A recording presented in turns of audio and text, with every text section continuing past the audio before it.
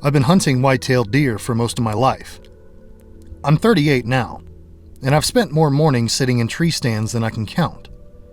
My dad introduced me to hunting when I was only 10 years old, and by the time I was old enough to go out on my own, I already knew how to track deer, field dress them, and navigate rough terrain, and most importantly, how to stay calm when things go wrong out in the wilderness. And things definitely go wrong. People romanticize being alone in the woods because they picture peaceful mornings, bugling elk, campfires, and sunsets over the mountains. They don't think about broken ankles, flash floods, getting turned around after dark, black bears wandering into camp, falling, freezing temperatures. There's plenty of real dangers out there that deserve your respect, but until this happened, I believed every strange story people told about monsters in the woods could be explained by fear, isolation, or misidentification. But now, I'm not so sure. Back in November of 2021, I took a week off from work during Arkansas rifle season and drove from Springfield, Missouri, into the Ozarks for a solo deer trip. I'd planned it for months. I settled on a remote section of the Ozark St. Francis National Forest near White Rock Mountain. That area checked every box that I wanted. There were large stretches of public land, low hunting pressure, and steep ridges loaded with white oak and red oak. There were natural water sources feeding into the Mulberry River, and enough rough terrain that most hunters avoided hiking too far in. It was perfect for me. The farther I could get from people, the better my odds usually were. I arrived late Sunday afternoon and spent nearly 3 hours hiking gear into a remote drainage basin that I'd marked on satellite maps a week earlier. The terrain was brutal. Loose rocks, fallen timber, steep ridges that made your calves burn. And by the time I reached my chosen campsite, I was drenched in sweat despite temperatures being in the low 40s. But the area, it looked promising. There were fresh deer tracks that I crossed in a muddy creek bed. I found several recent rubs on saplings. There were acorns everywhere. Everything showed great sign of deer. I found a narrow saddle between two ridges that looked perfect for deer movement early in the morning. Everything about the location felt right, so I set up a small canvas tent near a cluster of large boulders overlooking a ravine, and by nightfall, the temperatures dropped fast. I heated canned stew over my camp stove, checked my rifle, and climbed into my sleeping bag shortly after dark. And the first night was completely normal. The wind pushed through the trees, owls called from somewhere deep in the valley, and at one point, I heard what I assumed were coyotes several ridges away. Nothing unusual. On Monday morning, I was in my tree stand an hour before sunrise. I saw deer movement almost immediately. 2 does crossed below me at first light. Later that morning, a young 6-point buck moved through thick timber, but he wasn't mature enough for me to take. But by noon, I was feeling confident about the week ahead. That confidence disappeared later in the afternoon. I'd climbed down from my stand and was slowly still hunting along a ridgeline when I found tracks in a patch of soft mud near the spring. At first glance, I assumed they belonged to a black bear. That's not unusual in this part of Arkansas. But the more I studied them, the less sense they began to make. They were enormous, far larger than any black bear I'd ever seen, and they weren't shaped correctly. The front portion looked vaguely canine. The rear pad looked wrong, almost stretched out. The claw impressions were unusually deep, like whatever made them carried some serious weight. I measured one using the width of my hand, and it was wider than my palm. That made me uncomfortable, but still, I kept moving. I told myself it was probably just distorted tracks left in the soft mud, and that explanation held up for maybe another hour. Then, I found a deer carcass, or what was left of one. It was tucked inside a thicket, roughly 200 yards from where I found the tracks. The smell hit me first. Rotting meat, blood, wet earth. The buck looked fresh, maybe killed the night before. Its rib cage had been torn open. Not cut. It wasn't scavenged normally. It was torn apart, and one antler had been ripped off. Its neck looked like it was crushed. I crouched down to inspect it and noticed something strange. Very little of the deer had actually been eaten. Predators kill to feed, and this looked violent, just for the sake of violence. That feeling stayed with me the entire hike back to the camp, and as darkness settled in, the woods became unnaturally quiet. There was no sound of birds, no squirrels, nothing was moving. I remember standing near my tent and realizing I couldn't hear a single insect. And then, from somewhere deep in the valley below me, something screamed. I've heard mountain lions, coyotes, bobcats, and this wasn't any of them. It sounded like an animal, but there was something disturbingly human buried inside of it. It rose into a shriek, so loud that it echoed through the mountains, and then it abruptly stopped. Every hair on my arm stood up, and I waited for another sound, and I got one. But it wasn't a scream. This time, it was branches snapping. Heavy movement climbing uphill towards my camp, and it was moving fast, and whatever it was sounded enormous. I grabbed my rifle and turned around, facing the tree line, and the crashing suddenly stopped. I stood there for nearly 10 minutes, scanning the darkness. Then I noticed something that made my stomach drop. My tent was behind me, and the sounds had come from in front of me. But from somewhere behind my camp, I heard slow footsteps moving through the leaves. Something had circled me, one deliberate step at a time, and whatever it was now much closer. I froze the moment I heard those footsteps behind my camp. They were slow, but heavy enough that I could hear leaves compressing beneath whatever it was making them. It wasn't the scattered rustling you hear from a deer moving, and it definitely wasn't the lighter, quicker movement of a raccoon or something small like a possum. This sounded like something with serious weight behind it. I was standing near my fire ring with my rifle raised, towards the tree line in front of me, trying to process what just happened. Whatever had been crashing uphill towards me had suddenly gone silent, and now something was moving right behind my tent. The realization hit me hard, that whatever this was hadn't simply wandered near my camp, it had intentionally circled around me. That thought sent a wave of adrenaline through my body, and that made my hands begin to shake. I slowly turned towards the sound, keeping my rifle shouldered. The woods behind my campsite were darker than the ridgeline in front of me. There were large boulders, thick clusters of cedar trees, and uneven terrain created by pockets of blackness where my flashlight beam couldn't fully penetrate. The footsteps stopped. I stood there listening so hard that my ears started to ring. But then I heard breathing. It was deep, raspy, and close enough that I instinctively took 2 steps backwards. I swung my flashlight towards the sound, but I didn't see anything. The beam illuminated the trees, the rocks, the dead leaves, but that was it. Then somewhere, off to my left, something let out a low growl that immediately made my blood run cold. It didn't sound like a bear. I've heard black bears vocalize before. This was different. There was a strange, canine quality to it, but far deeper and more aggressive than any wolf recording I'd ever heard. The growl built into a sharp bark-like noise before something massive exploded through the brush. I caught only a brief glimpse of the movement. A large dark shape sprinted between 2 trees, roughly 30 yards away. It moved unbelievably fast for something that large. I fired off a shot instinctively, and the rifle blast echoed through the valley. The creature immediately answered with a scream so loud and violent that I physically flinched. It sounded almost human for half a second before descending into something far more animalistic. Then I heard it crashing downhill through the forest. The tree limbs snapped, the rocks tumbled, then the silence returned. I stood there in complete shock, waiting for it to come back, but it didn't. Eventually, I forced myself to inspect the area where I'd seen it. I found disturbed leaves, broken branches, and a tree trunk with fresh gouge marks roughly 7 feet off the ground. That was what truly unsettled me. The marks looked like claw damage. 4 deep grooves had been carved into the bark, as if something had either collided with the tree or intentionally raked it. I checked the area for blood from my rifle shot, but there wasn't any.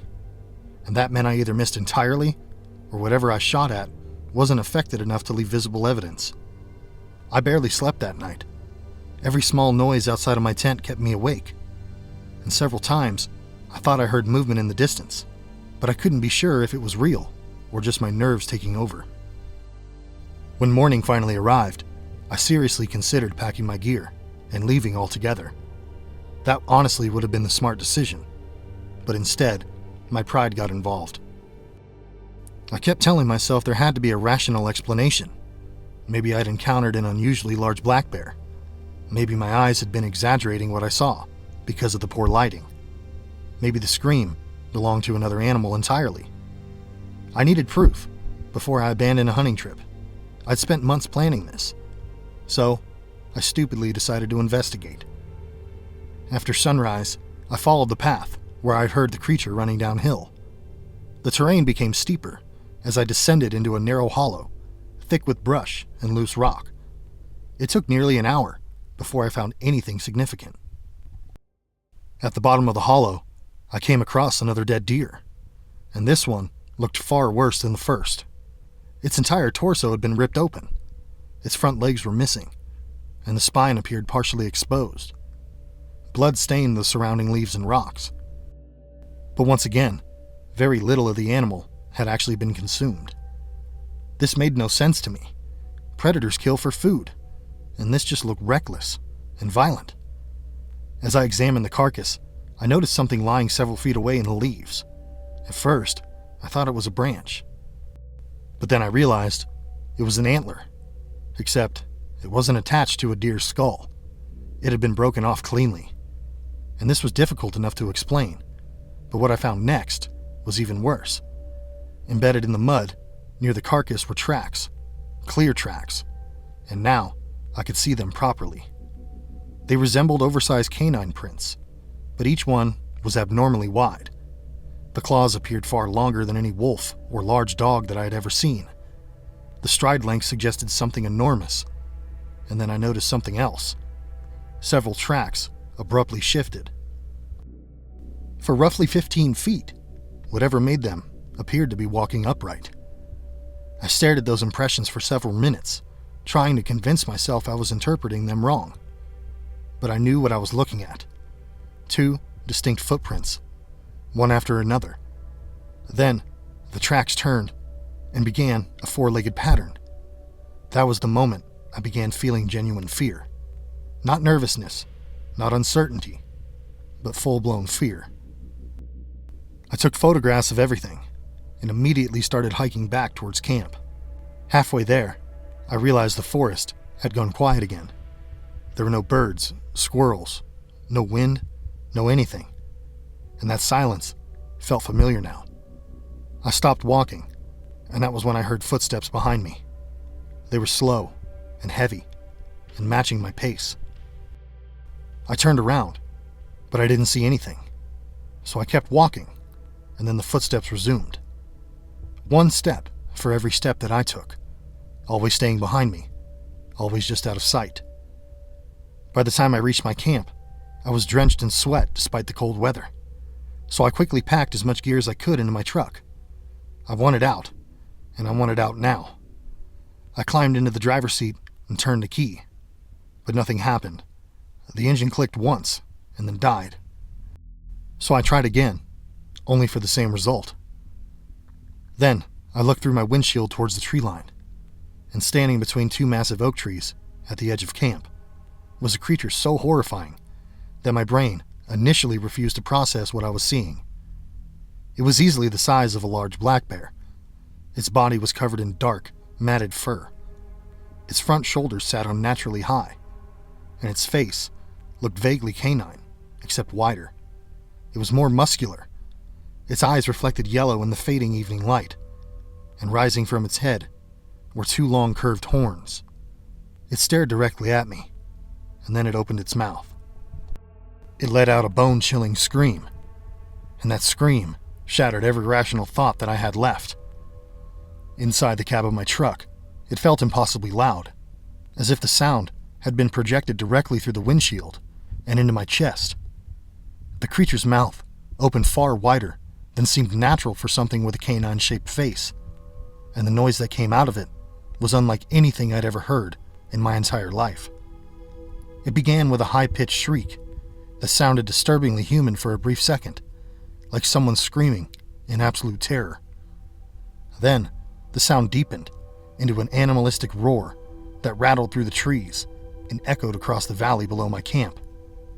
I physically recoiled in my seat. Every instinct in my body was screaming at me to get out of there, so I turned the key again, and the engine only clicked. I couldn't understand what was going on. The battery had been perfectly fine when I arrived. My headlights still worked, the dashboard lit up, but the engine refused to turn over. My breathing became rapid and shallow as I looked back towards the tree line. The creature was gone. I didn't see it run. I didn't hear it leave. One second it was standing there, and the next second, the space between the trees was empty. That terrified me more than seeing it. Something that large should have made noise. The branches should have snapped. The leaves should have shifted. But there was nothing. The forest had gone completely silent again. I grabbed my rifle and stepped out of the truck. The cold evening air hit me immediately, but I barely noticed it. My entire body was running on adrenaline. I slowly moved towards the spot where I had last seen the creature standing. The ground was covered in wet leaves and patches of soft mud from rainfall earlier in the week. That was where I found the tracks. They were fresh, deep, and massive. Each print looked vaguely canine, but far too large to belong to any wolf or dog. The claw marks at the end were long and deep, embedded into the mud. Whatever made them was incredibly heavy. I followed the tracks for several yards before they abruptly stopped. There was no gradual fading, no sign of the creature changing direction. The tracks just simply ended. It was as if the thing had just totally vanished. I stood there staring at the ground, trying to make sense of what I was seeing, when I heard movement from behind me. I spun around again, with my rifle raised, but there was nothing. Then I heard movement to my right. The leaves were crunching, the branches were shifting. I turned again, but still, I couldn't see anything. Then I heard it to my left. The sounds, they were circling me, slowly, methodically. It was keeping just enough distance that I could hear it, but I could never see it. I backed away, towards my truck, trying to keep my rifle pointed towards whichever direction the sounds came from. Then I heard something moving above me, so I looked up into the trees. And at first, I saw nothing except bare branches silhouetted against a dark sky. But then I noticed the movement. Something large was climbing through the upper limbs. The branches groaned under its weight. My entire body locked up. This creature was up in the trees. I caught a glimpse of dark fur moving between the branches, nearly 20 feet above the ground. Its eyes reflected in the fading light, and then it lunged. I fired twice as it came crashing down through the branches towards me. The impact shook the ground so hard that I stumbled backwards. I heard it scream again, this time much closer. The smell hit me immediately. It smelled like blood and rotting meat. The creature slammed into the side of my truck so hard that it dented the driver's side door. The glass shattered, so I fired again. But this time, I know I hit it. The creature let out an enraged roar and bolted into the woods. I could hear it tearing through the trees as it fled downhill. I stood there shaking uncontrollably. My ears were ringing from the gunfire. My truck window was shattered. The driver's side door was badly dented. There was blood on the side panel. And to me, that was proof. Actual proof that this thing existed. That should have made me feel better. But instead, it made everything worse. Because now I knew this was real, and I wounded it. That meant one of two things. Either it was dying somewhere in the woods, or it was still alive, and now it was angry. The night fell quickly after that, and I locked myself inside the truck with my rifle, and did my best to wait out for daylight. The temperature dropped into the 30s. Without a proper way to run heat, the cab became painfully cold. I didn't sleep at all that night, and sometime around 2 in the morning, I started to hear a scraping sound outside. At first, I thought tree branches were rubbing against the truck, but then I realized the sound was directly above me. Something was on the roof. The metal was slowly groaning under its heavy weight. A deep, scratching sound dragged across the roof of the cab. then another. Long scraping noises, like claws dragging across steel. I held perfectly still and listened as whatever was above me slowly moved from the roof towards the truck bed. The suspension creaked, and then everything stopped. The silence returned. Several minutes passed, and then I heard breathing right outside of my broken driver's side window. It was slow and wet, deliberate. I turned my head as slowly as possible, and at first, I saw nothing but darkness beyond the shattered glass. Then, two glowing yellow eyes appeared just inches from my face. The creature was standing right outside of my truck, watching me this whole time. For a moment, I couldn't breathe. I couldn't move. Those eyes were so close to me that I could see my own terrified reflection in them. They glowed a sickly yellow in the darkness, unblinking and unnaturally still. The creature's face remained partially hidden beyond the shattered driver's side window, but I could smell it clearly now. The odor was overwhelming. It smelled like rotting meat left out in the sun, mixed with wet animal fur and something metallic that reminded me of fresh blood. Its breath rolled through the cab window in slow bursts, fogging the cold night air. And then I noticed its mouth. The corners of its lips were pulled back in what looked disturbingly like a grin. Rows of uneven teeth glistened in the darkness. Its gums looked black. For several seconds, it simply just stared at me.